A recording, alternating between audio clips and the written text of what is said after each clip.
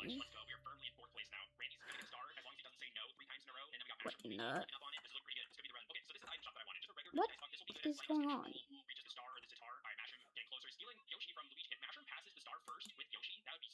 Okay.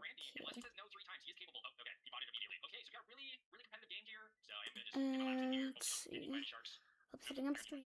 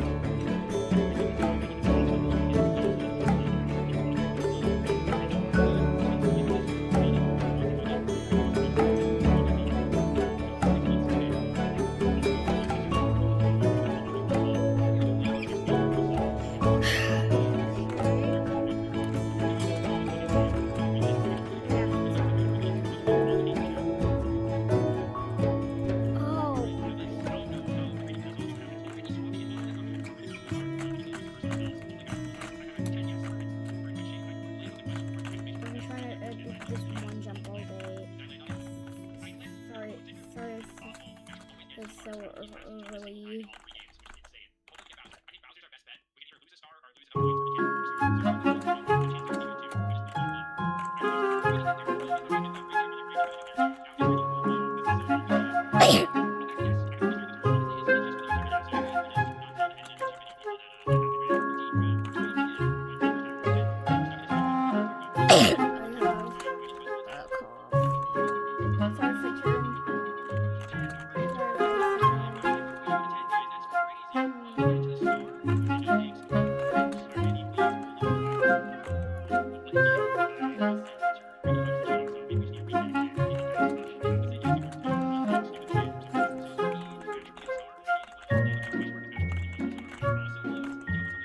I've tried to beat this all day, which is not much.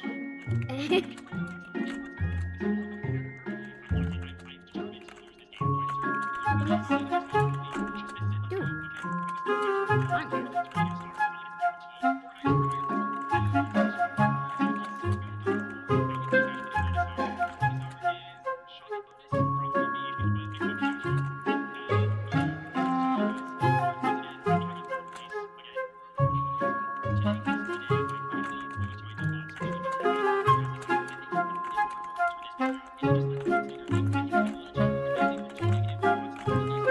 No, no, no.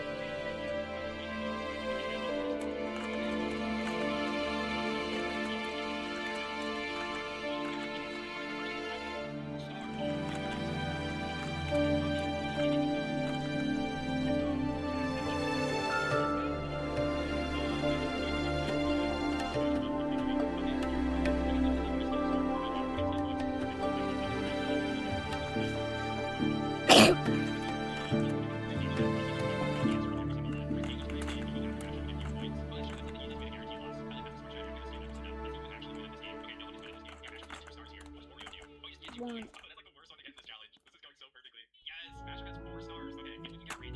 Ow, ow.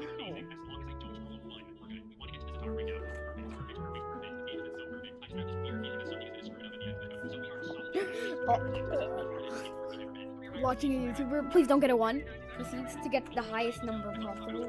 It's 10 because it's Mario Party.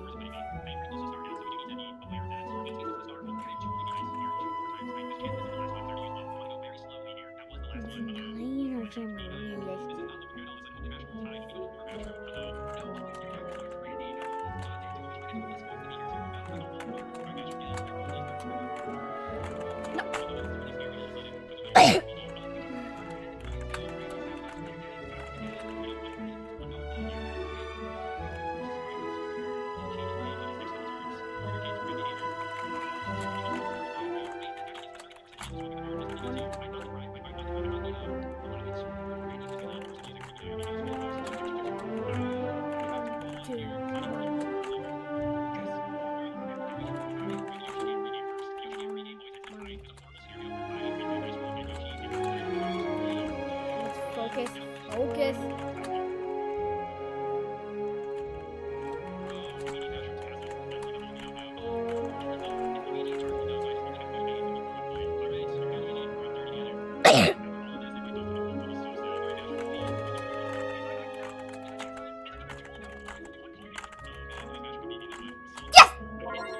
Yes! Oh my god! Yes!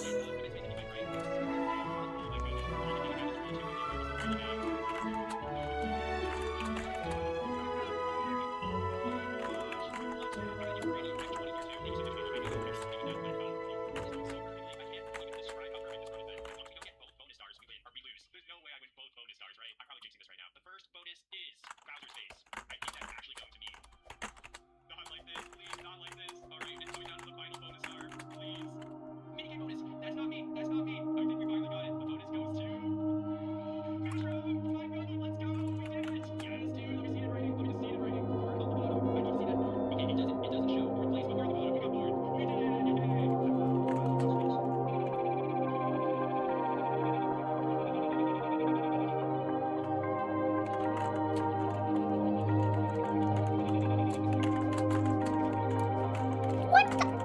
What? The one time. Why, you little...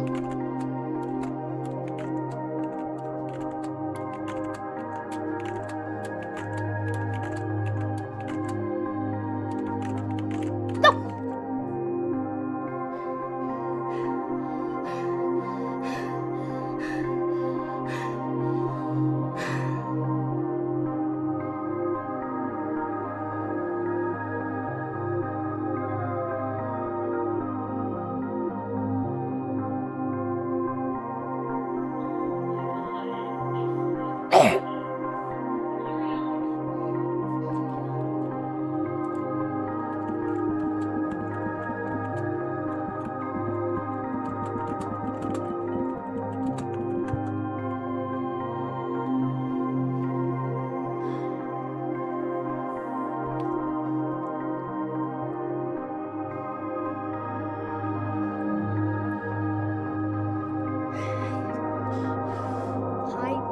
Crazy are chunks.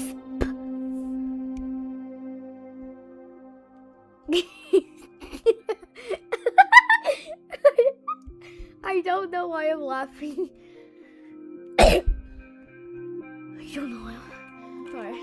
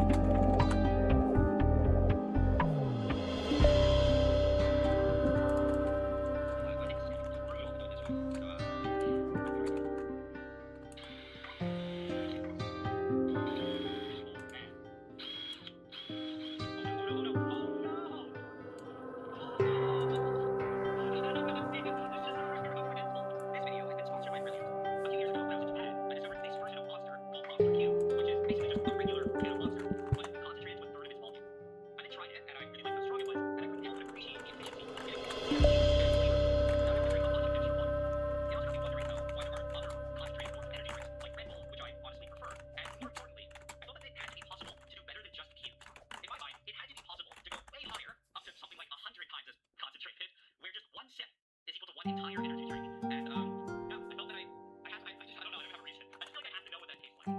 So today, we need to find these ideas along with that. And to do this, we bought this giant machine from China. We also put together an amazing count of 100 Red Bull cans. And our goal, or my belief, is that we'll be able to concentrate all of these cans down into just one can. And I should mention that they're all sugar-free Red Bull, which is actually very important. And yeah, I'll explain why later on. But for now, to get started, just transfer all of them.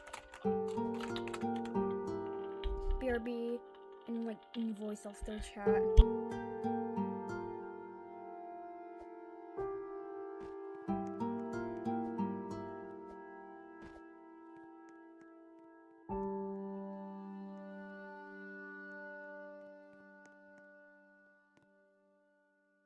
Come on, it's just something else.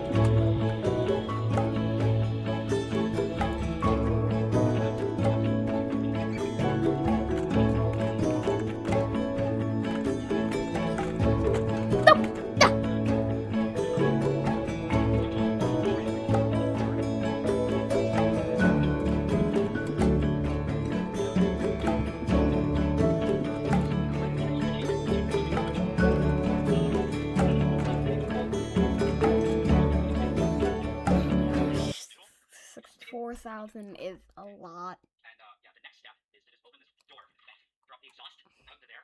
And the next question is just how does any of this work? Oh yeah. So we have a bunch of stuff here. We have a temperature setting, fan, pump, and needle. And I think the best thing we can do is just go for it. So it's already set to 150 C. I think I'm gonna turn the heat on. Okay, and then fan is set to 100 hertz. I'll turn that on. And then that's loud. That's actually so loud. And now the air compressor. Okay, and then turn on the needle. And the last thing that we need to do is turn on the pump. Okay, this little thing starts turning, and it should be sucking up our Red Bull. So look, it's sucking my Red Bull. There you go. Okay, go ahead. Red Bull. Oh, it's 22 now. Let's go. Yes.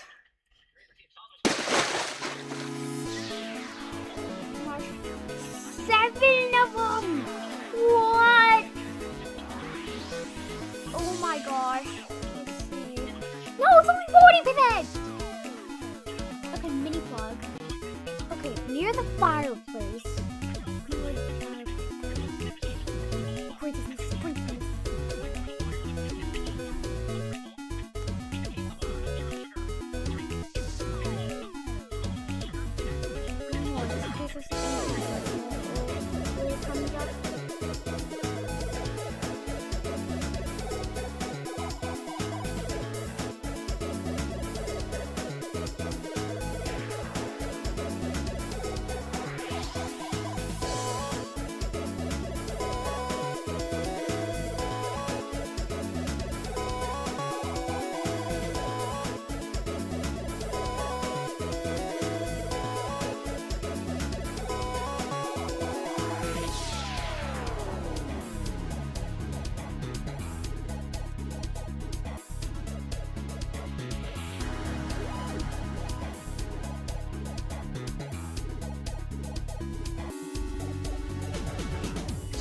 back. Oh my god, my FPS is absolutely horrifying.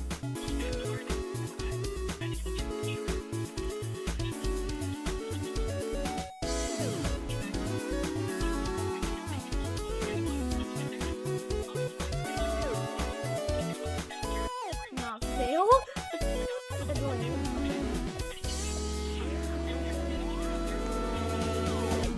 oh my!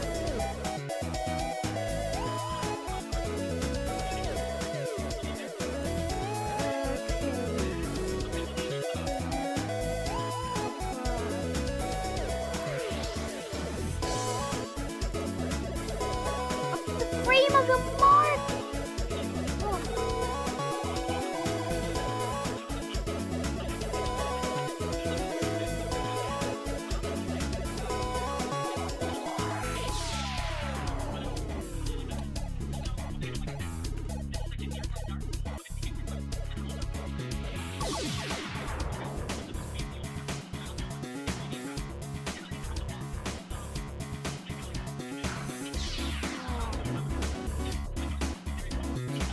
Oh, dang it.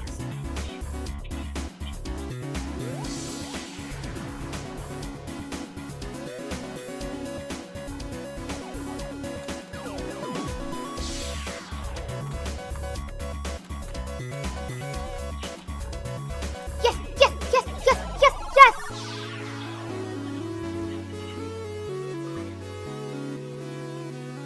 No, why is there nothing up here? Why is there nothing up here?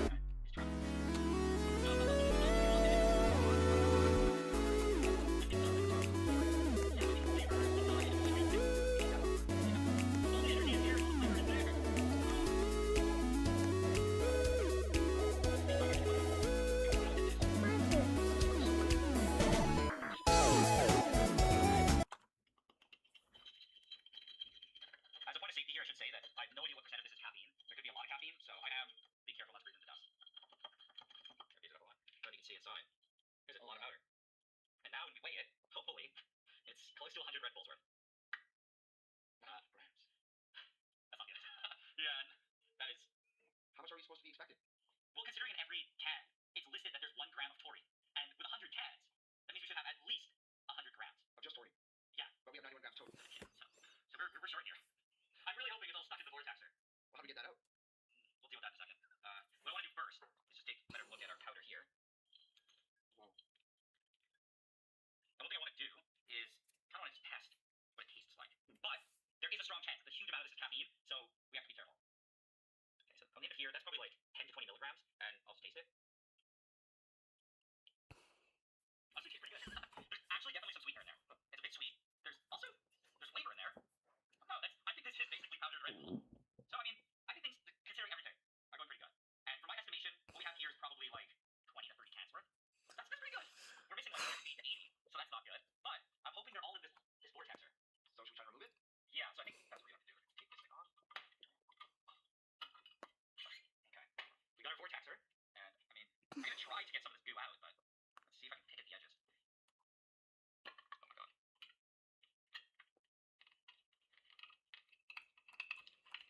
This is gonna be rough. Rice purity? This is not the process that I Oh my god. What? This is not the process. You gotta do that all the way down? It's not happening. I'll keep trying. Oh, there you go. You got it. Nice. Hey, bowling. Oh my god. Okay. Ball hopping is normal. Oh. Yeah, that's pretty good. Also, you can jump across the scrap like normally. Okay. Oh, come on. Here. That's pretty good. Yeah, let's just keep going. Try to get as much as we can. I have to be careful now because if I push too hard, I break the bottom. The back end's gonna work. Okay, it's really caked on there. Yeah. No, this is sad, pathetic, and hopeless. We still got a good amount though. Oh, finally. Let's see how much powder there was. Oh, 130 plus the 90 in the bottle. That's like 220 total. That's not bad. But there's still clearly a whole bunch still caked on, and clearly scraping is not working anymore. But I do have a theory on how to get it all out. Before I do that though, I do just want to quickly verify that this tastes okay. Will this taste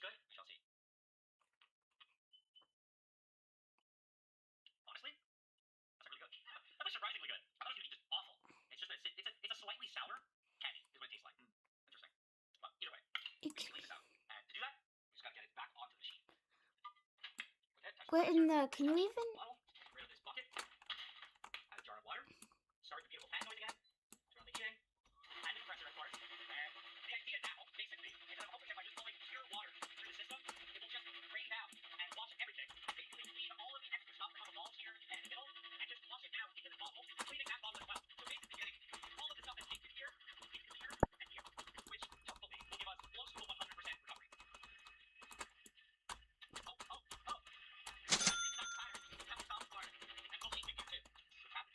Slowly washing it. Going again. Okay, so it's getting there, but this is almost full, so we're just gonna have to quickly. Yeah, I'm boring.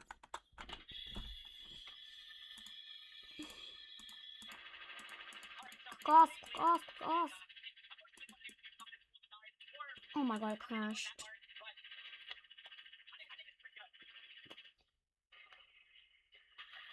Wait, what does that even say? Soccer update! Okay, that's it. And in theory, besides the baby, I'd say bubble wrap that goes there, Brainless something. the last of our Red Bull. We unfortunately ended up letting way more water than I expected though, and this is probably like, I don't know, 500 mils, or maybe more, I don't know. But it's definitely more than the 250 mils in a single Red Bull can. So unfortunately, we're gonna have to try it out a little bit, and I'll throw it in a food dehydrator. So, turn it on, and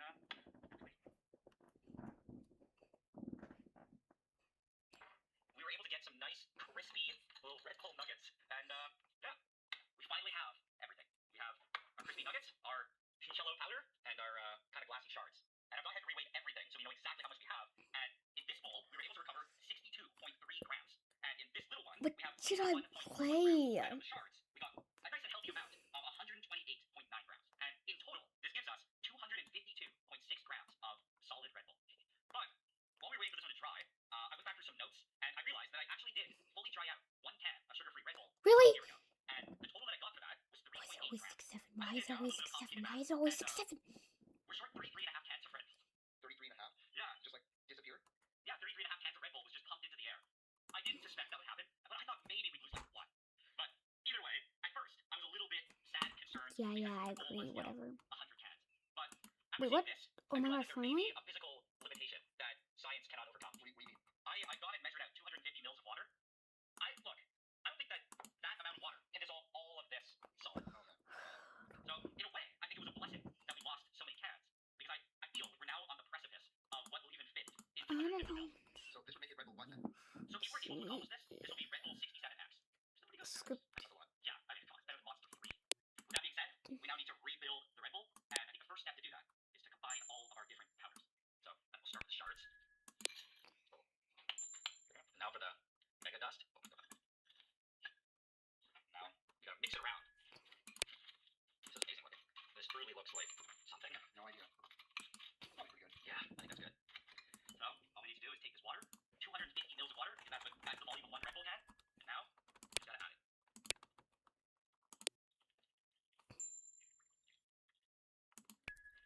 Okay, I'll start stirring. It's already getting syrupy. Dude, it's pretty chunky. It is dissolving. Yeah. Come on, Red Bull 67. It looks toxic. It looks fluorescently toxic. I'm starting to smell it. It smells so sweet. It smells illegally sweet. Deadly sweet. I think we did it. There's nothing on the walls. It feels like nice clean glass on the bottom. Also, the ingredients tells us that it's very concentrated. And the fact that it's not see-through tells us that it's absolutely full of solid stuff. Vitamin stuff, maybe? Taurine, caffeine, vitamins, I don't know. Oh, no. Are you gonna try it? I'm tempted to just scoop it up and try it, but I think in order to make a real, proper Red Bull, it has to be carbonated. And to do that, the first step is to get it all into this bottle.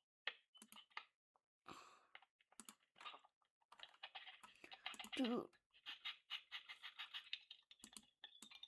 Okay. Now dump this into the rest. It's just floating on top. That's good. The one thing you might notice is that, well, you can't see the line here, but on the back it says 450 mils. So clearly, this is more than 250. And I was in some dream world. I was hoping that it would just all magically dissolve in 250 and stay at 250 mils, but that makes absolutely no sense. But just by coincidence, it's actually kind of a good thing, because to carbonate it, that's the minimum amount that you need. You need 450 mils.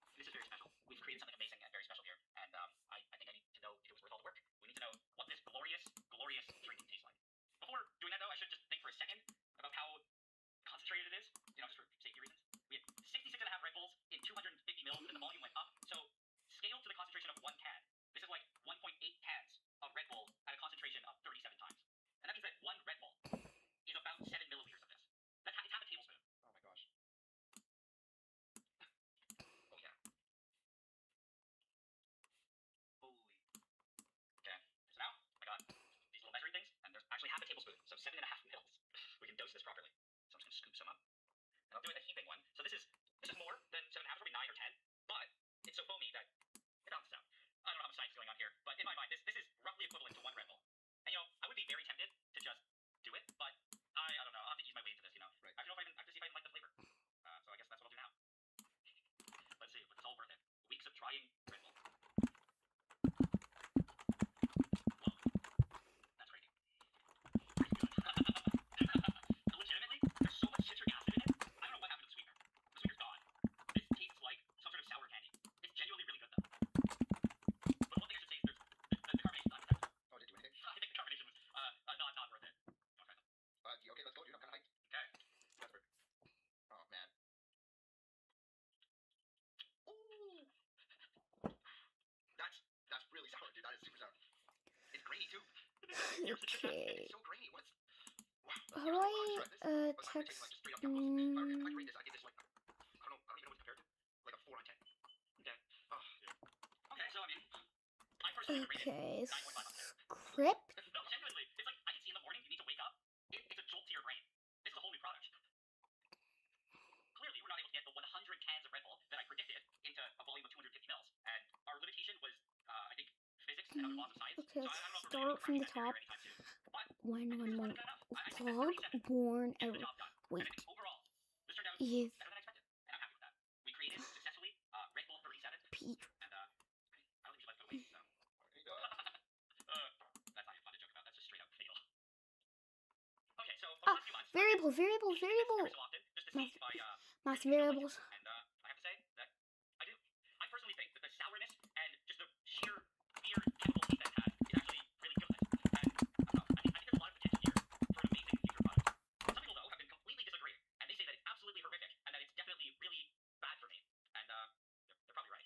But that's okay because I've been balancing this out with something that's the opposite of bad for me, which is learning something new. And specifically, I've been using Brilliant, which is also the sponsor of this video. In my opinion, Brilliant is one of the best ways to learn things like math, data science, and computer science. And I think that it actually makes learning fun. This is because each lesson is Dog Chow's mission, a life-saving PTSD service dog for every veteran in need. than I remembered, and it was pretty undeniable that the degassing step had made a significant difference.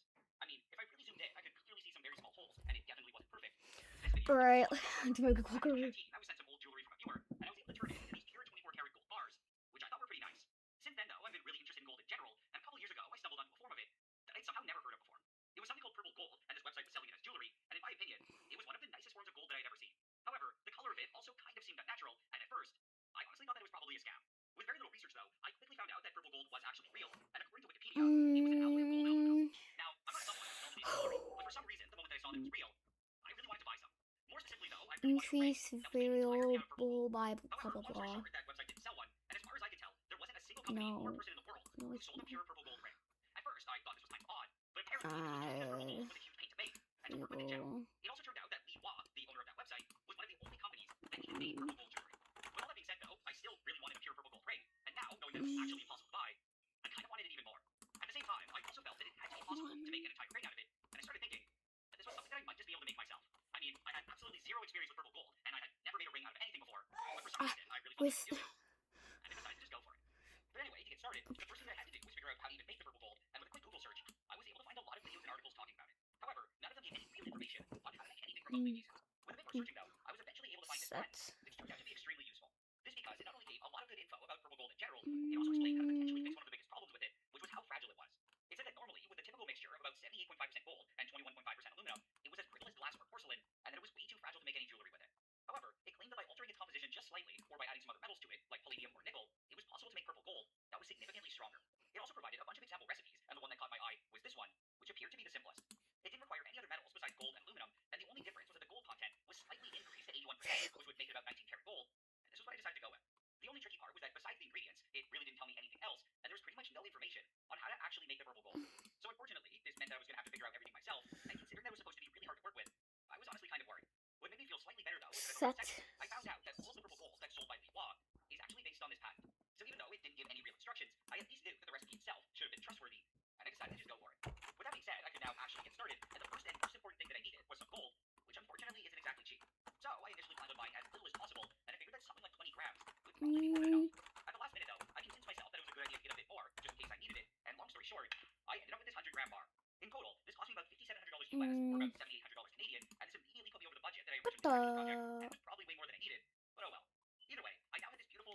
I said. Looking at it and holding it in my hand was oddly satisfying.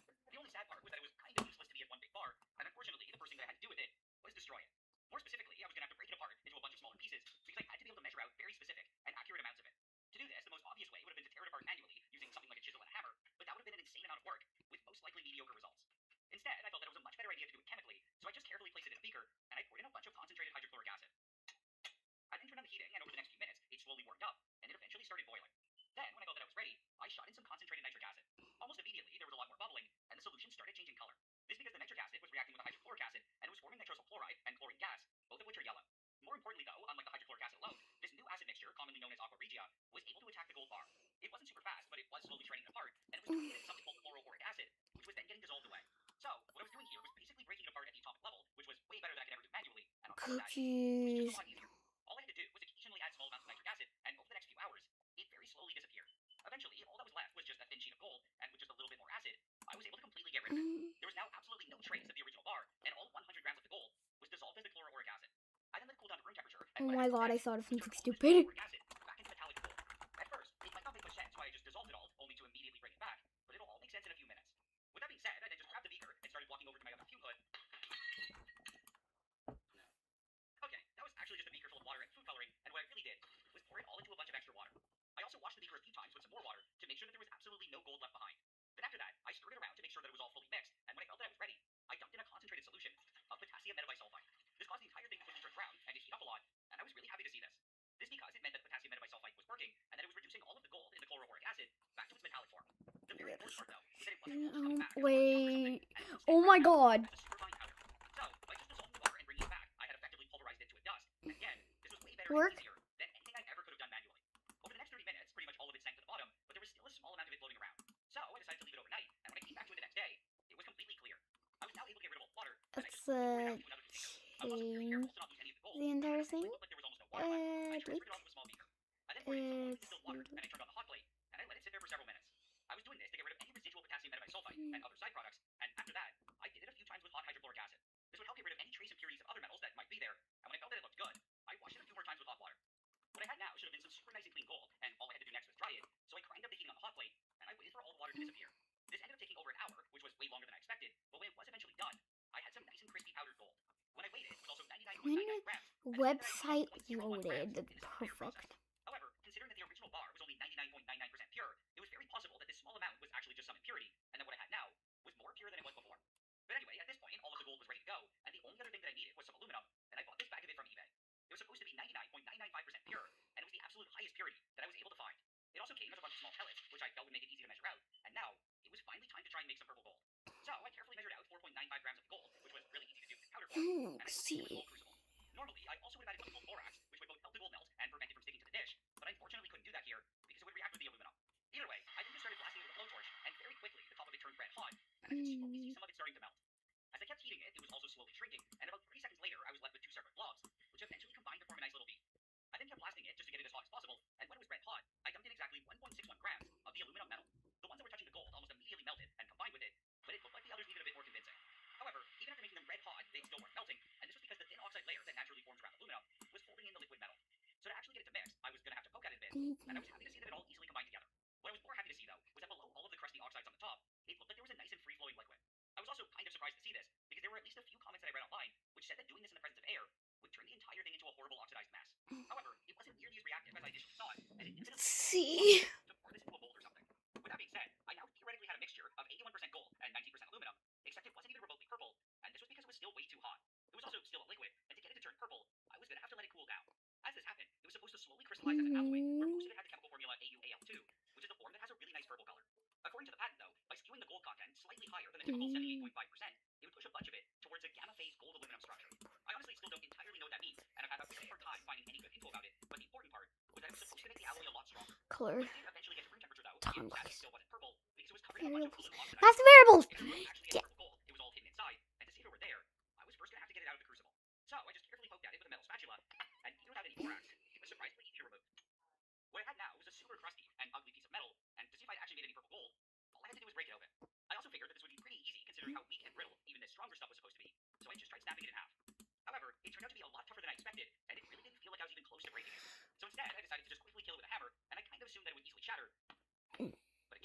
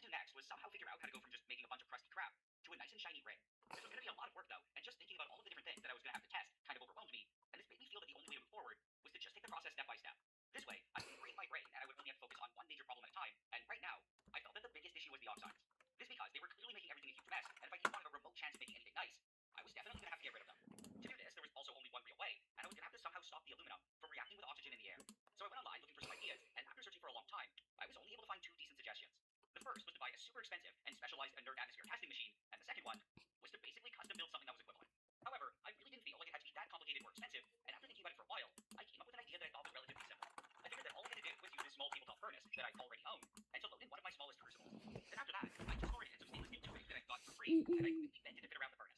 What was important though was that at the other end of this tubing, it was connected to a tank filled with inert argon gas that I'd gotten from a local welding shop, and that was basically it. What I had now was just a regular furnace with the ability to shoot some argon into it, and I really felt that it was going to work. There was only one way to find out though, so I quickly added the gold, started a steady flow of argon, and I set the furnace to 2200 Fahrenheit, which is about 1100 Celsius. Over the next 15 minutes, it then slowly heated up, and the gold powder slowly shrank, except it was looking like it was having some trouble melting with the top open, so I covered it with some Kato wool. After that, it only took a few minutes to have a nice little blob of gold at the bottom, and now I could add the aluminum. This time though, I decided to use some much larger pieces of it, which weren't very pure, but I was hoping that they would liquefy a lot more easily than the smaller ones. To load it in, I just carefully dropped in the first piece, and I was very happy to see that it all quickly combined with the gold. I then added the rest of the aluminum, which also quickly got sucked up, and at this point, it was already looking way better than the first attempt. What I was especially excited about was that it looked like there were barely any oxides, and this meant that the argon was doing a decent job. This was also really impressive considering that the aluminum was red hot, and that it was way more reactive than normal liquid aluminum. But anyway, what I had now was some nice and relatively oxide-free purple gold, and what I had to do next was try and pour it. In theory, it probably would have been a good idea to protect it from air while I did that as well, and I did consider putting together some sort of specialized setup. However, instead, I decided to go with the very sophisticated method of just going as fast as possible. So I just quickly got rid of the argon line, pulled the crucible out of the furnace, and tried pouring it out onto a preheated graphite bowl. As I did this, I was really hoping to see a nice stream of red hot metal, but nothing was coming out, and it didn't even work when I tilted it completely upside down. At first, I was kind of confused, but then I realized that all of the purple gold had just frozen in the crucible. Apparently, just a few seconds was enough for it to cool down below its melting point, and I was clearly going to have to get it as hot as possible.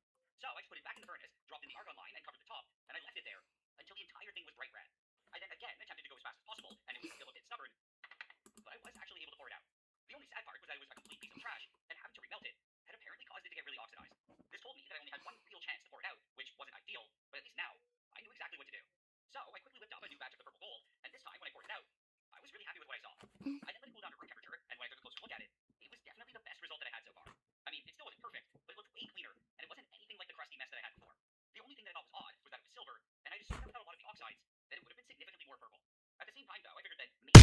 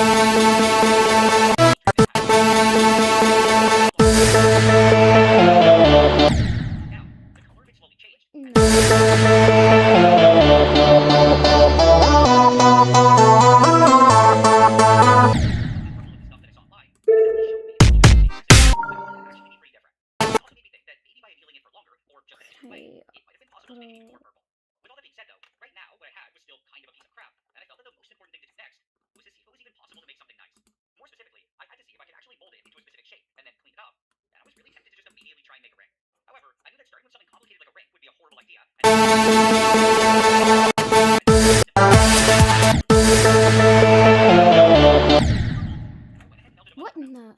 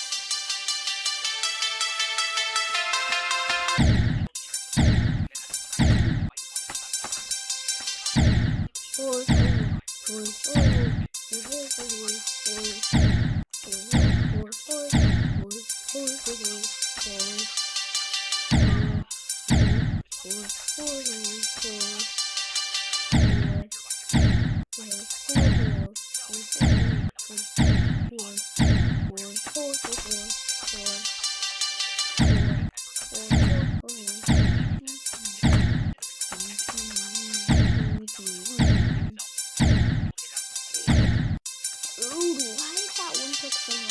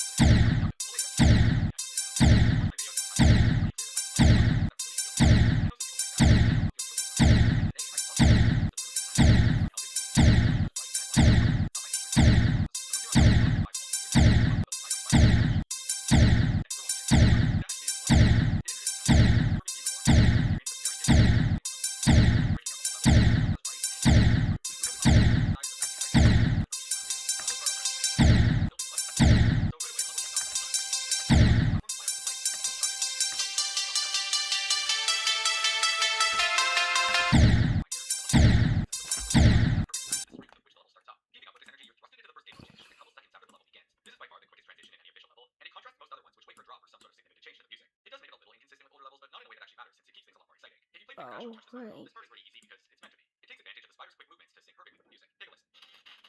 And then a second or two after changing, you're right back to the cube game mode. In this case, the spider's meant to be its own section of the level. Rather, it's a quick add-on to the cube part to complement the music in a way that feels good to play. Dude, what? By the way, it probably goes without saying, but this level is gorgeous visually. Even though it's not a pixelated game, the pixel blocks look extremely good and give the level a ton of personality. I swear, these blocks are so detailed, it almost feels like cheating. I just wish they had better middle tiles because, like, where are they? Do I have to fill everything with a solid color? This level also has so many tiny details, and I want to take a second to admire that since each and every one was placed by hand. There's this monster swinging in the cage, smoke and bubbles coming out of the lava, glowing particles on the blocks, explosions on the ground, little sparkles on the spikes. So much that really doesn't need to be there, but it is. Also, nearly everything interacts with the players in some way. Almost every surface glows as you touch it, and many of them also move rotate. I swear, this level has more personality than I do. Anyways, there's one teeny tiny problem with all this. The level looks good, but in a lot of cases it's sacrificing communication, things that really need to be shown, but aren't. Don't get me wrong, the level has a very clear path it wants you to follow, but the real problem is everyone else. Take these blue orbs at the start of the level, for example. It's obvious that if you don't hit the second one, you'll die, but how? Maybe you'll crash into this wall? Nope, you simply hit an invisible spike. I know it's your fault for messing that up, but it highlights the problem of geometry becoming increasingly unstructured. In the early levels, you jump on blocks and you die to spikes. It could not be easier to understand. But once you reach levels like Dash, there are far less rules. For the most of it, blocks are still blocks and spikes are still spikes, but they don't have to be. There's nothing visible here, but you die anyway. Or remember this wall from Geometry Dash Sub-Zero? It looks like it kills you, but it doesn't have to. This is a problem that extends throughout the entire level. For example, in this spider part alone, there are 3 spots that look safe visually, but all kill you for going there. Again, you should know better, but why not communicate with spikes or something? It also looks like you can follow this ledge to skip 2 clicks, but in reality, a fireball jumps up and snipes you. It's not the best solution, but it definitely is one. I don't have that much of a preference on it, so come to your own conclusions. By the way, what's up with the filter for this part? Like, why does your icon invert colors? Generally, shaders are really good for adding spice to your levels. Like, look at that shockwave at the beginning. But here, it doesn't really do much. It's just kind of there to show off that it exists. When I say that shaders spice up levels, I mean that you should literally treat them like spices. They should be used in moderation and in a way that actually adds something. Plus, it's the chromatic shader, which is like this game's MSG. Moving on to the next cube part, there really isn't much to say here. There's spikes on the ceiling, which is nice, and it quickly transitions into a second spider portal to keep things moving. And gee, I sure hope nothing wacky happens in this spider bar. Well, before we get to that, I want to talk about the portal itself, because it's covered by a blue gravity portal for some reason. At first I thought it was some kind of failsafe, but there's no possible way to enter this portal upside down, so it makes no sense. In fact, even in the super old leaked layout for this level, the portal is still there. Now, normally I wouldn't make a fuss about a misplaced portal like this, but in this case it also completely covers up the spider portal and makes it significantly more difficult to tell what you're actually changing into. You can still tell by looking at the very edge of the portal as well as the color of the particles, but it's kind of ridiculous that you have to do that in the first place. Heck, even the portal's label is covered up. This doesn't ruin the level by any means, but in general, when it comes to readability, small mistakes like these can make or break some of the tech, and it's never fun to die to things that don't feel like your fault. Anyways, this takes us to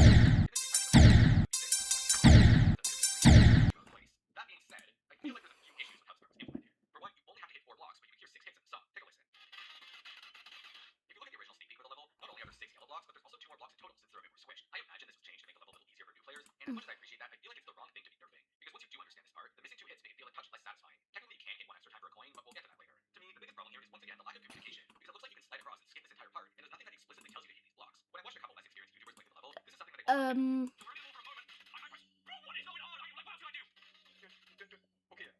granted, they both figured it out shortly after, but it's still weird to see them having this moment of, I literally don't know what to do here. One potential fix for this would be to simply have some arrows telling you to jump, like in a lot of custom modes. But then remember, the best way to make the player jump is by placing a spike. So here's my personal theory. It's a bit more traditional, you don't have to agree with me. I'm thinking just place spikes under the yellow blocks, and also a couple of the red blocks to make it clear that they're bad. And maybe the spikes can be missing from the coin block. Actually, speaking of this coin, E tier, for Ash. In case you don't know, all you have to do is hit this last red block, there's 0 skill involved, and the coin is basically free. Funny enough, if you look back at the 2.2 trailer from October, this coin is completely absent, which means that it was probably added in the last month or two before release, and it really does show. Some people think that hitting this last block is a reference to the trailer, but it doesn't make much sense to me. Gameplay-wise, this coin really doesn't work, but the main reason I'm giving it a D grade instead of F is because all the last-ditch efforts to make it look like it does, rather than the coin appearing out of nowhere, you're actually given 4 hints for it. Firstly, you can see the coin if you miss it. It's a big step up from some other coins that they're offering up, so tell you what, D+. Secondly, there's a little counter above the coin. It shows that you've done 4 out of 5 of something. Thirdly, a bit of mental gymnastics. Hitting a red block causes you to get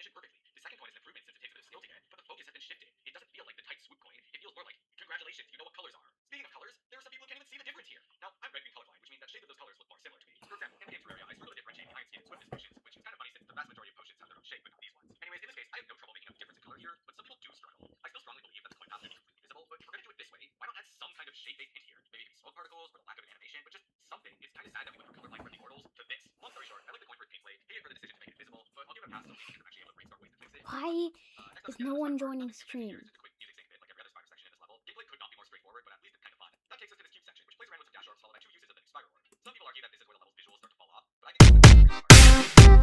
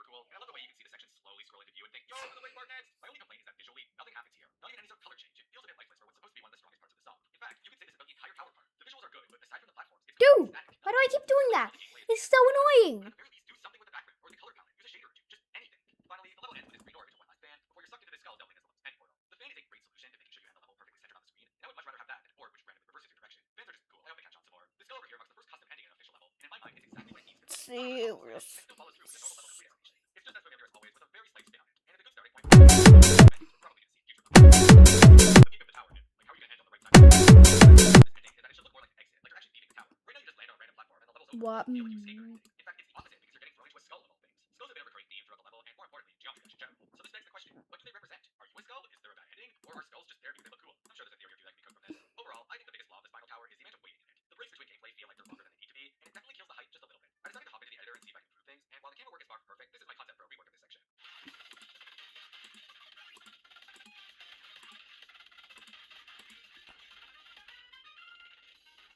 Oh yeah, and while making this, I discovered what the level actually does when you're off screen, and it's so silly. I love it. Even though there's teleport triggers and all this cool new editor stuff, you literally just slide up a ramp. Anyways, that is Dash, and everything I have to say about it. Regardless of if you like it or not, you can't deny that it's a super creative level with lots of interesting ideas and a very quick visual style. With every update in this game, the levels get exponentially more impressive, and I think Dash shows it more than ever. So with all that yapping done and my voice absolutely dead, is Dash a good level? I don't know. You tell me. In my opinion, the answer is not only yes, it's absolutely. When I played this level for the first time,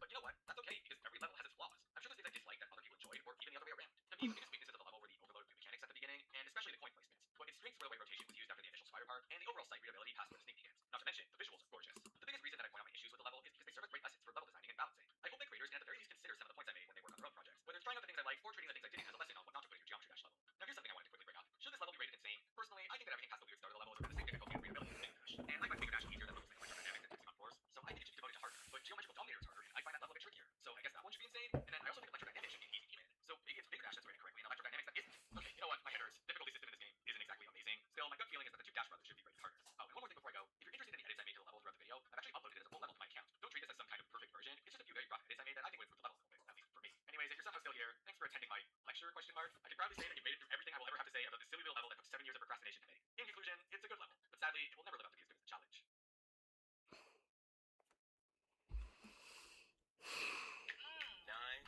9.99. I mean, it's our best deal ever. People haven't get Scarlet Search. I played through it and it's fine. My only real complaint is that it's long. Bad geometry dash levels. They exist. I know, I was surprised too. It's almost like when your game relies on community-made levels, the vast majority of them are going to be not good. But you know what? Everyone starts somewhere, and there's no point in focusing on these bad levels when there's tens of thousands of masterpieces they could be experiencing instead. But at the same time, it's content. How's it going, guys? Today we're going to be playing levels from the recent tab. I sure hope there aren't any bad ones.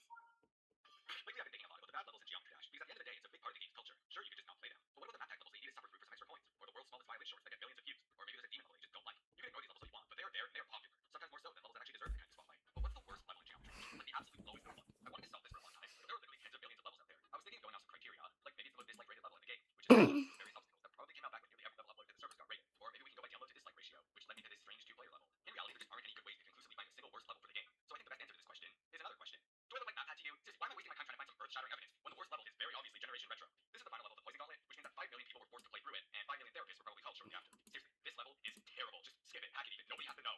So where did it all go wrong?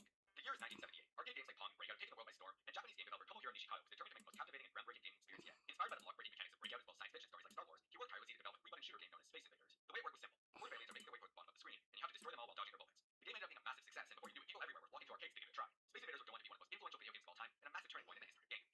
Anyways, fast forward to late 2015, and a Spanish geometry dash creator by the name of Aratsa woke up one morning and felt like tarnishing the game's entire legacy. Thankfully, 4 years later, it was restored by MDK Kevin. Everywhere you look in Generation Retro, there's aliens from Space Invaders. In fact, there's even a section where they make up the gameplay itself. So really, there's no denying that the game had a huge influence on this level. Of course, Generation Retro isn't the first level to do the whole Space Invaders thing. I'm sure the first one combined is Retray, which came out a few months prior to update 1.9 and is currently the most liked level in the entire game. And these little aliens showed in lots of other 1.9 levels like Hyper Arcade uninstalled. The pixel art was easy to make and super recognizable, so really, why not? Generation Retro definitely goes a step further though, because the entire level is themed around these aliens, even if there's no direct mention of Space Invaders. But this just begs the question, why is it in the Poison Gauntlet? Remember, this level was handpicked over thousands of other potential candidates. I know the early gauntlets don't stick to their name all that well, but that's because most of the levels in them just aren't themed. Generation Retro very clearly is, and the only conclusion I can draw is that it was put in the Poison Gauntlet because the level is green, like the shark. And maybe it's because of the boss fight since it's the final level of the gauntlet, but Fire's got one on level 1, so who knows? Oh yeah, spoilers for the boss fight. By the way, Gauntlet's released in 2017, and this level came out in 2015, so it's not like Rock pulled a random new featured level or something. This one stood out, and this is the creator's only rated level, so they weren't like well known. I know I said that if a level is bad, you don't have to play it, but this one is genuinely forced onto you. By putting it in a gauntlet, the level is officially endorsed and part of the game's core progression. If you're not familiar with gauntlets, they're collections of 5 developer picked levels that you play through for cool rewards. Not have unique coins, which you don't need after a certain point, but this gauntlet has an unlockable player color tied to it, so you're really encouraged to give it a shot. And that's why I think it's the worst level. Not only is it an absolute train wreck for reasons we'll get into, but it's forced onto you. It's forever cemented as part of official geometry dash. And I know what you're thinking. Oh, but Craig, what about Scarlet Search? Shut up! No, like seriously, what do people have against Scarlet Search? I played through it and it's fine. My only real complaint is that it's long, and while the gameplay's perfectly fair and readable, it isn't all that interesting. Also, the level has a lot of flashing lights, making it a potential nightmare for photosensitive players, so picking it for the most important gauntlet in the game is extremely inconsiderate on Roblox end. But either way, I had a decent time with this level and I stand by it.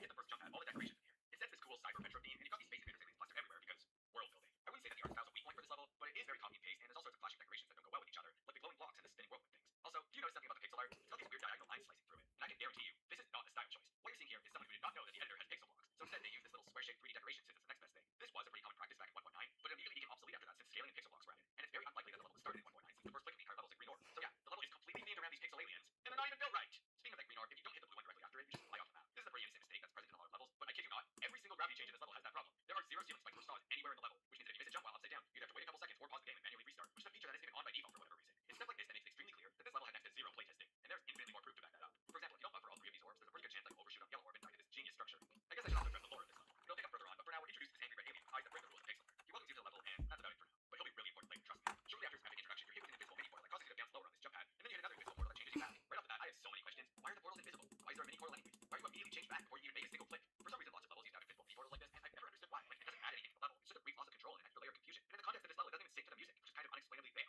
Well, actually, maybe not as unexplainable as this random fading block. I think the intent is that it's supposed to save you if you decide to leave off this block for whatever reason. But that raises even more questions. Like, why was it accounted for, but not the orb timers at the start? Why was it fading block used instead of shifting around the gameplay? And what makes this jump so important in the first place? If you want to allow jumping here, this block is like the worst possible solution because of how much it clashes with the rest of the level's style. There could have at least been an effort to make it look like part of the regular gameplay, but no, apparently that's too much work for older run style. By the way, we're like 5% into the level so far, just figured I'd point that out. There's this blue pad a little bit after that launches you up to some platforms, which are barely out of the camera, meaning that this part is kind of a blind jump, but it's still super doable. It's worth bringing up though, since there are going to be much worse ones later down. And in case you're not familiar with the term, a blind jump is essentially any jump where you're unable to see what's up ahead. For example, if I were to put a jump directly after a long drop downwards, it would be considered blind because you don't have any kind of processing. Moving on, there's a whole bunch of blue pads here building up to the song's drop, and the level's even friendly enough to remind you of its name. This part is fine for a build up, but I would tweak this last bit right before the drop since I think it's a little awkward. After the base hits, you enter a robot part, and it's definitely something. More specifically, pink. It flows poorly, and all the jumps feel kind of weird. It also expects some new decoration and effects after the drop, but it's still the same old aliens and green stuff. Of course, I have to highlight this random key, which is completely unmissable and unlocks a door directly next to it. This could have been a cool idea, but it's the only key door in the entire level, so it's such a random addition. Like, what is the key providing here other than added confusion? Technically, Meltdown did this with the 7 Cs, but at least there it syncs with the music and feels like a gateway to the real level. This key is sort of just here, and it goes even deeper because the key is pixelated, but the keyhole isn't, so they don't even look like they match up. And get this, the key uses pixel blocks. So for some reason, all the aliens are built with the ugly 3D tile, while this random key is the only pixel art in the level to actually be assembled correctly.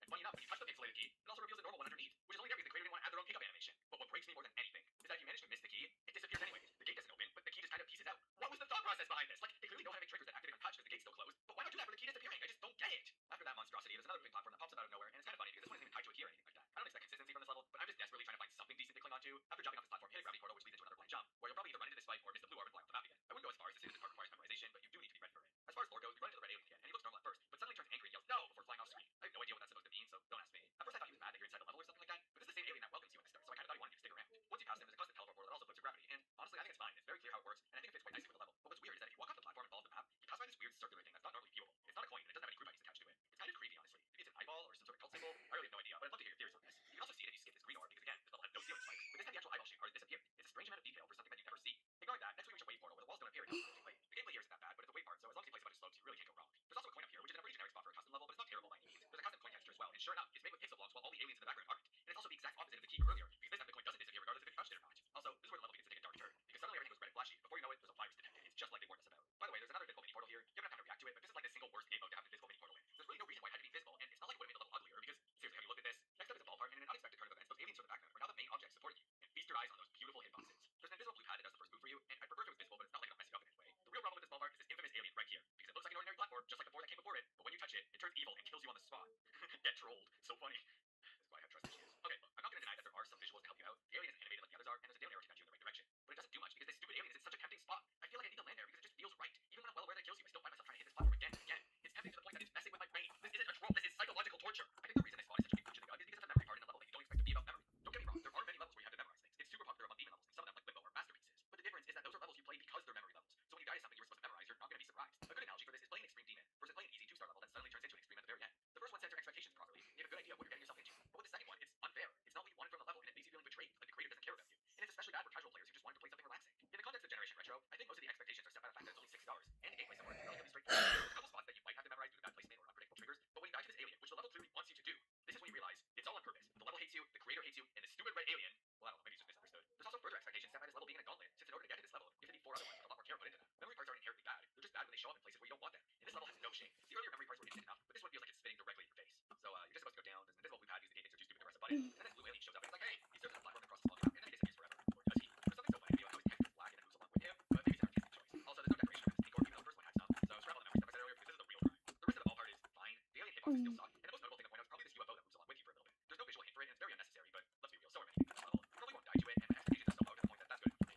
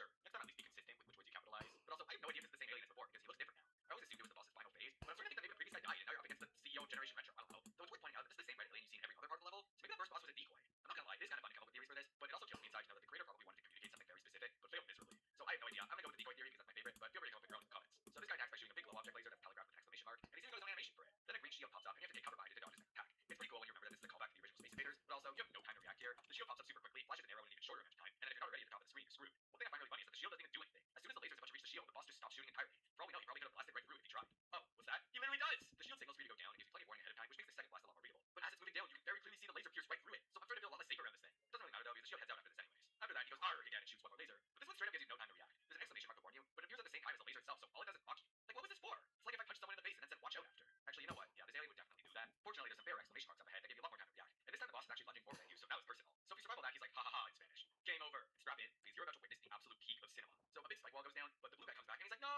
And then destroys it with his laser. I want to assume that the red guy summoned this spike wall to destroy you, but the pacing here is so awful that there's no way to tell what it's really for. You don't have any time to comprehend what's going on, because by the time you blink, the blue guy's already destroyed the wall. I mean, shout out to him for jumping in so fast, but also it makes for terrible storytelling. Where's the suspense? Side note, this is another cutscene, which means more invisible walls, so you're just randomly floating here the entire time because visible platforms are a thing of the past. After destroying the wall, the red alien is like, arg, you again?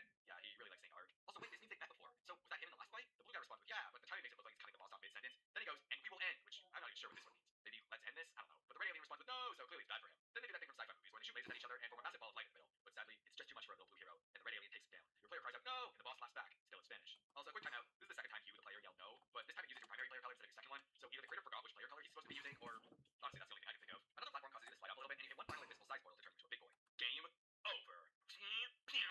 No! And just like that, the evil red space invader has been defeated. Wait, why can't you just do this from the start? Or make the blue guy weaken him? I don't know. But may he rest in peace. Finally, the level ends with this unmissable Mario coin, which is the level's third coin. Because obviously it wouldn't give that custom level without a free coin at the end. A free coin that isn't even consistent with the style of the other two coins. It doesn't even use a sprite from the right game. At the very least, syncs up with the last note of the song. But like, that doesn't help it anyway. Finally, the level's end screen. GGXD. Score 9999. A Lenny face. Well, he was 115. Artho DS. That's the guy who made the level, and he just doxed himself. 22,935 objects. That's not even accurate. Part 2. With that, the level is finally over. 101 seconds of your life that you are never getting back. If you happen to be hugging the roof during this part, like I was, you die and get to do it all again. The funny part is that this is completely unintentional. If you look at the editor, it's actually the spike wall from earlier, since the move trigger only lasts 20 seconds, which happens to expire at 98%, or even 99 if you're really unlucky like this guy in the comments. But there you have it. Generation Retro by Rusta. Furto's level Retro 2.0. Like, thanks for for featuring coins verified. Smiley face GGXD. I think Sir Hannigan's comment describes my thoughts perfectly. That blue bite is a hero. If he hadn't sacrificed himself, this level would have been longer. Virus detected. I think it's confused talking about the level. Johnny, this isn't Killbot. Sad that this garbage had to be in a gauntlet. Now it's getting underserved things. Sad, really. Honestly, I agree. I spent the whole video going over why this level is such a steaming pile of trash, when in reality my biggest problem with it is that it's in a gauntlet. It's the final boss of a gauntlet. You could argue that levels like Thinking Space are quote-unquote bad, but if you don't want to play them, you don't have to. Worst case scenario, you miss out on 10 stars and a couple of list points. But Generation Retro is worse. It's basically on the same pedestal as an official level. The level definitely has its fair share of charm, but I don't want to play this. I don't think other people should be forced to either. I'm fine with this level existing, but still, we need to go back in time to update 2.1 to get Generation Retro off the poison gauntlet. So in conclusion, this level fucking sucks. Just go play Retrain instead. Thanks for watching, and I'll remember you all in therapy.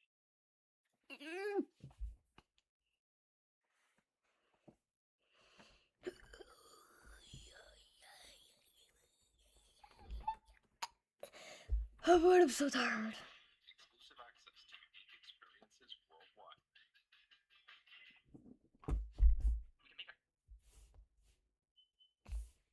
Time for a it's time for a Veritasium binge. We can make out Voyager's ever-faking whispers thanks to Reed Solomon code. When QR codes first came out, I thought they were awful, never going to catch on. This is a flowchart from the time that really resonated with me. The problem, as I saw it, was that QR codes are ugly, and they mean nothing to people. I would rather just see a website or a word that I can Google. QR codes are a language for machines, and I am a human. But I was wrong. QR codes obviously turned out to be so useful that they are now ubiquitous. Used in Oh my God. restaurant menus and advertising. In some countries, they are the most common way to exchange money. And the story of QR codes is a very human one. The origin of these checkerboard patterns actually dates back to our first efforts at digitizing information. In 1825, there was a renowned painter who lived in New Haven, Connecticut, with his wife and 2 kids. His big break came one day when he was invited to paint a portrait of the Marquis Lafayette, a hero of the American Revolution. Even though his wife was expecting their 3rd child any day, the opportunity was too good to pass up, and he hastily set off for Washington, D.C., where Lafayette was waiting. There, the painter wrote to his wife describing his first meeting with Lafayette, signing off with words, "We'll write again soon. Love to all children, in the greatest peace, but with the same ardent affection as ever. My loving husband."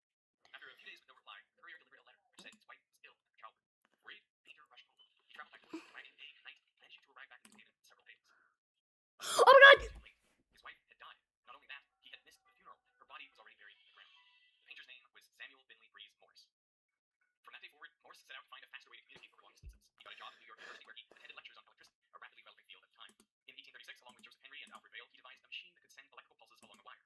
This was not the first electric telegraph, but it was the simplest. In the UK, another team had set up a series of circuits to move 5 magnetic needles to point out letters and numbers. Morse's system required only a single circuit, but the simplicity of the apparatus demanded unlimited information. On the circuit, you could send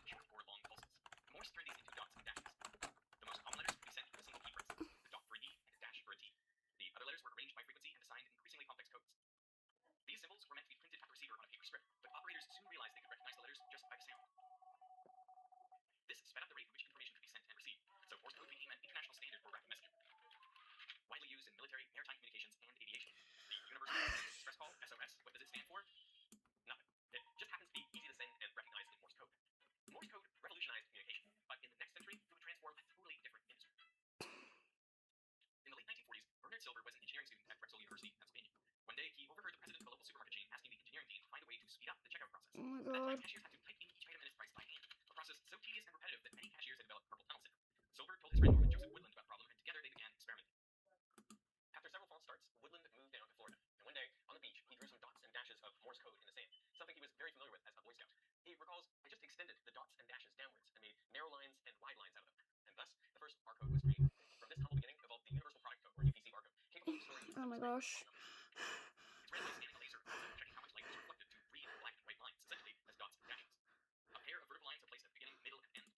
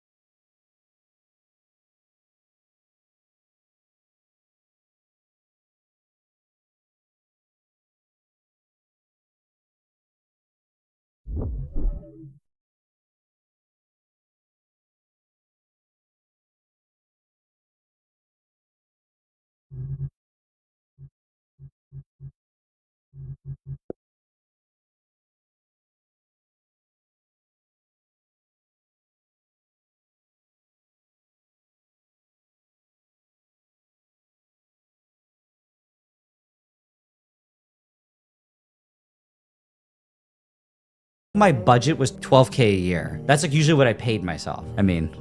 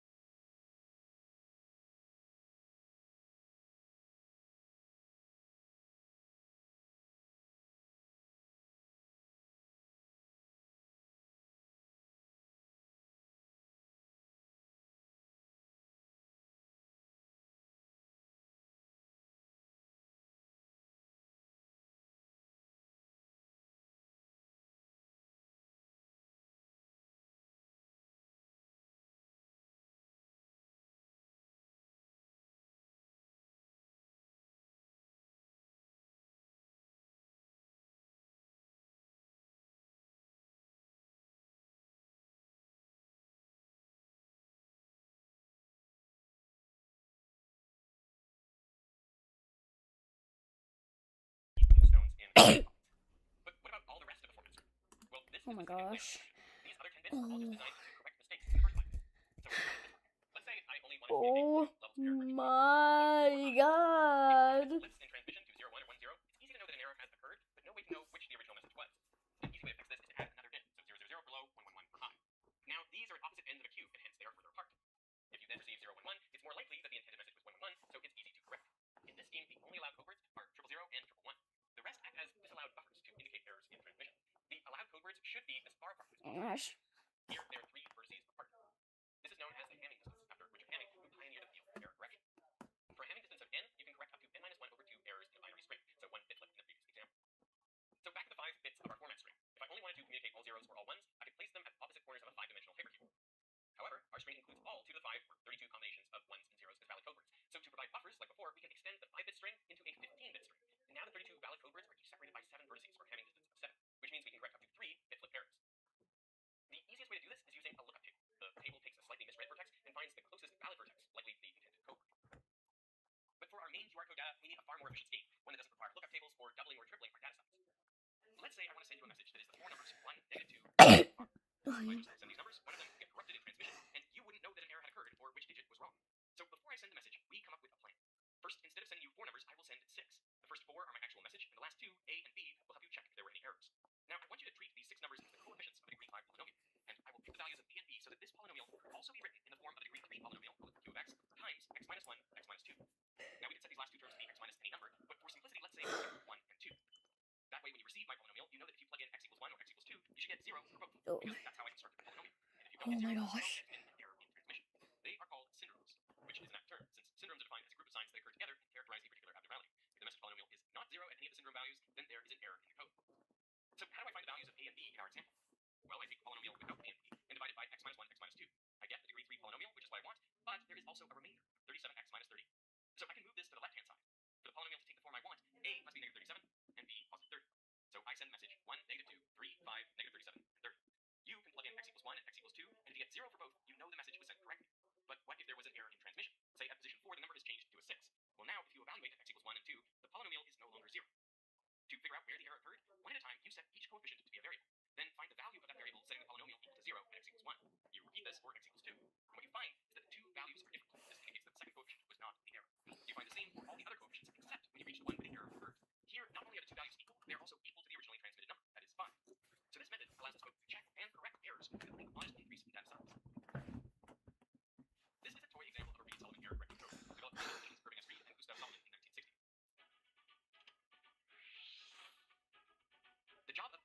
I am so happy. Noise ratio would get incredibly small, but the promise of Reed-Solomon codes was such that they put an experimental encoder in before launch, wagering that smarter encoding algorithms would follow in the next decade. And that's exactly what happened. To this day, we can make out Voyager's ever-fakening whispers thanks to Reed-Solomon codes. These codes also ensure that your old CDs or DVDs can still play your favorite songs and movies despite multiple scratches. And they are the reason why QR codes still work when damaged. In a QR code, the entire data, starting from the data type, character length byte, our message bytes, and final padding, are laid out in a line and converted back into ASCII decimals. Fitting a high-degree polynomial using these can make the coefficients go up. Hence, Reed-Solomon Oh my codes god. feel arithmetic, and what gives Oh my gosh. terms. These converted back into binary are used to fill out the rest of the QR code. And there we have our complete QR code. But why can't we scan it yet? See how these regions here appear uniformly white and black? Well, sometimes the encoded data can insert plain patterns and blank spaces just by chance. These can confound the readers, which expect to see a noisy checkboard. They think maybe it's a big damage patch, or maybe it's not a QR code at all. But there is a way to fix this. Remember the 3 blue stones I put in for masking in the format screen? Well, they specify one of 8 ways to reshuffle the appearance of our QR code pixels to make them seem truly jumpy. This particular mask says flip the pixels so white becomes black, black becomes white for every third column of data. But this does not apply to the functional elements of the code. They remain unchanged. The QR code standard specifies the use of 8 masking patterns. In principle, when combined with the correct masking bits, all 8 forms of the code are real, which is why some QR code generators will return different looking codes for the same input stream. But which one works best? Well, every continuous or bad patch adds points, and each mask gets assigned a score. The mask with the lowest score at the end wins. It's easiest for any reader to scan. For our handmade QR code, I'm going to use the simplest mask. And now we have a working QR code. Try it out. Moment of truth. It worked. Going through this exercise made me realize again why I hate QR codes. They're not meant for people. I made all kinds of mistakes while I was trying to put down these black and white stones. This was really hard to get this perfect. I guess it didn't have to be perfect. Alright. Initially, QR codes had only industrial uses. Gosh. I'm so close. Boards, SSD shunt current sensors. The casing just helps us tell different LEDs apart. In 1962, General Electric engineer Nick Holonyak created the first visible LED.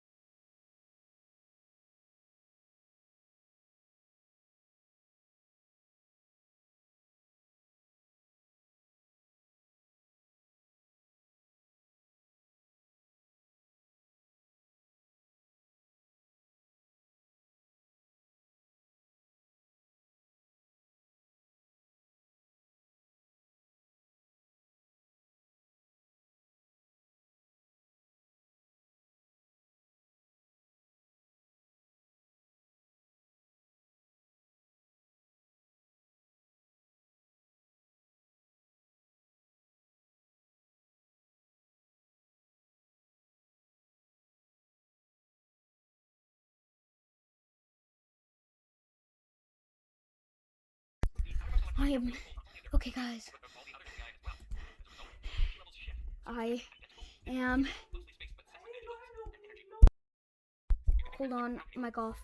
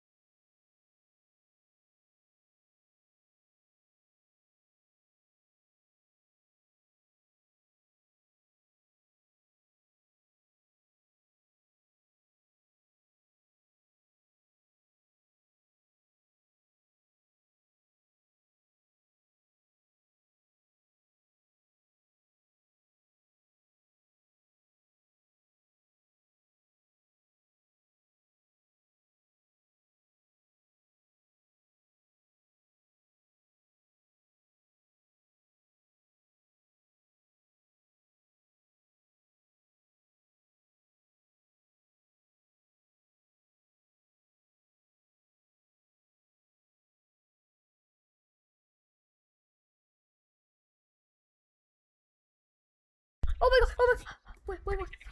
Never mind.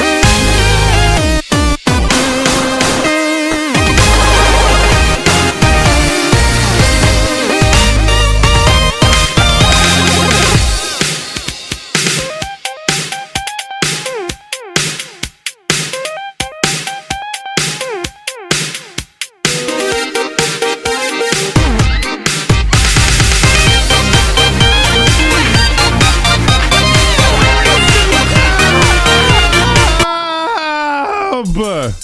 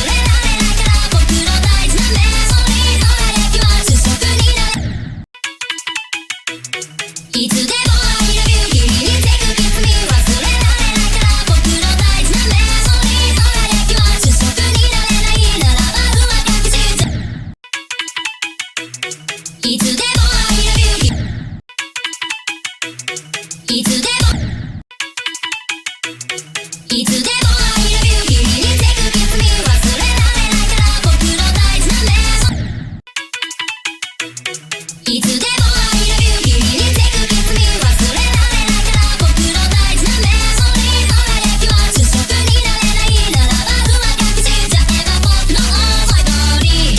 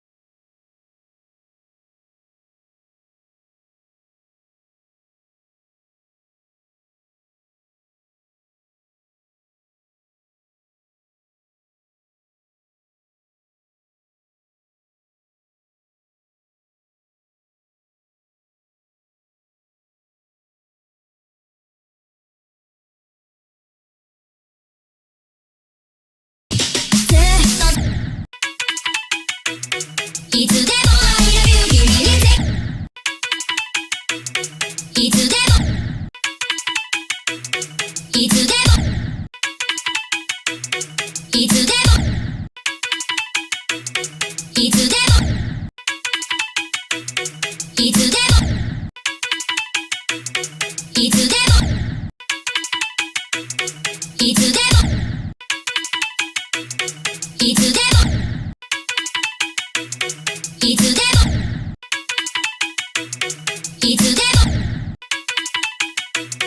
いつでもいつでもいつでもいつでもいつでも I love you 君にていつでも I love you 君にてくキスに忘れられないから僕の大事なメモリーの履歴は主食になれないならば不満隠しちゃえば僕の思い通りずっとそばで見てるよバックアップはいつでもいつでもいつでもいつでもいつでもいつでもいつでもいつでもいつでもいつでも I love you 君にてくキスに忘れられないから僕の大事なメモリーの履歴は主食になれないならば不満隠しちゃえば僕の思い通りいつでも I love you 君にてくキスに忘れられないから僕の大事なメモリーの履歴は主食になれないならば不満隠しちゃえば僕の思い通りいつでも I love you 君にてくキスに忘れられないから僕の大事なメモいつでもいつでもいつでもいつでもいつでもいつでも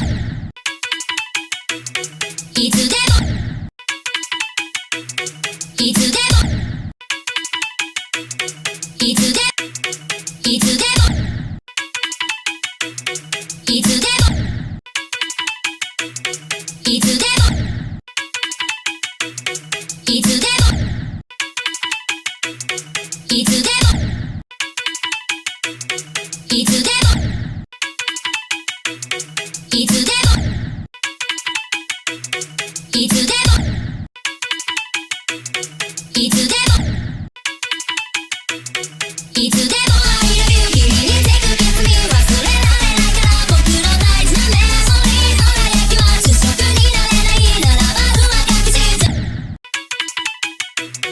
いつでもいつでも I love you 君にてくキスに忘れられないから僕の大事なメモリーの履歴は主食になれないならば不満隠しちゃえば僕の思い通りずっとそばいつでも I love you 君にていつでも I love you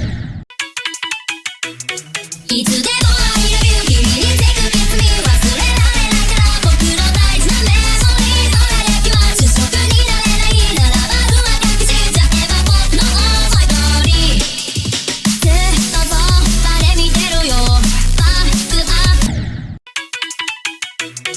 いつでも I love you 君にてくキスに忘れられないから僕の大事なメモリーの履歴は主食になれないならば不満隠しちゃえば僕の思い通りずっとそばいつでも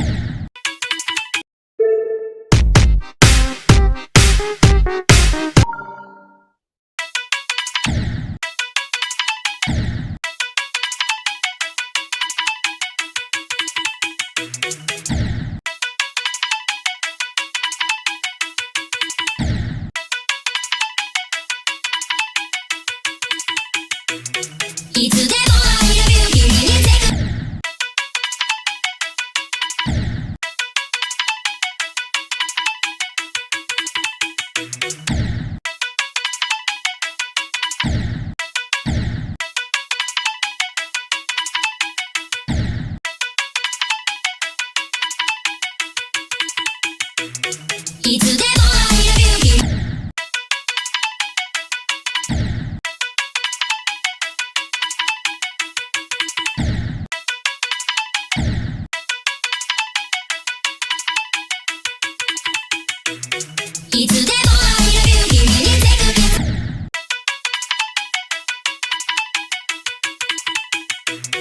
いつでも会える君に手かけつ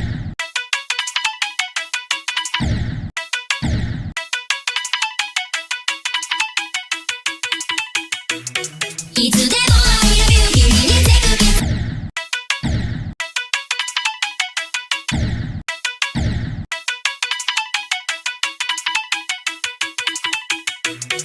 いつでも会える君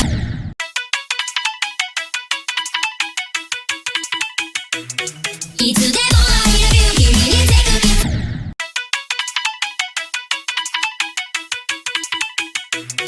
いつでも会える君に手かけつみ忘れられないから僕の大事なメモリーの履歴は主食になれない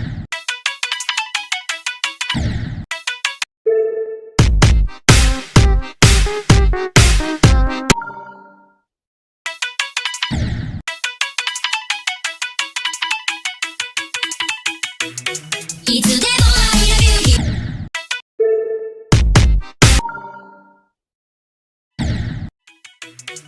いつでも会えるいつで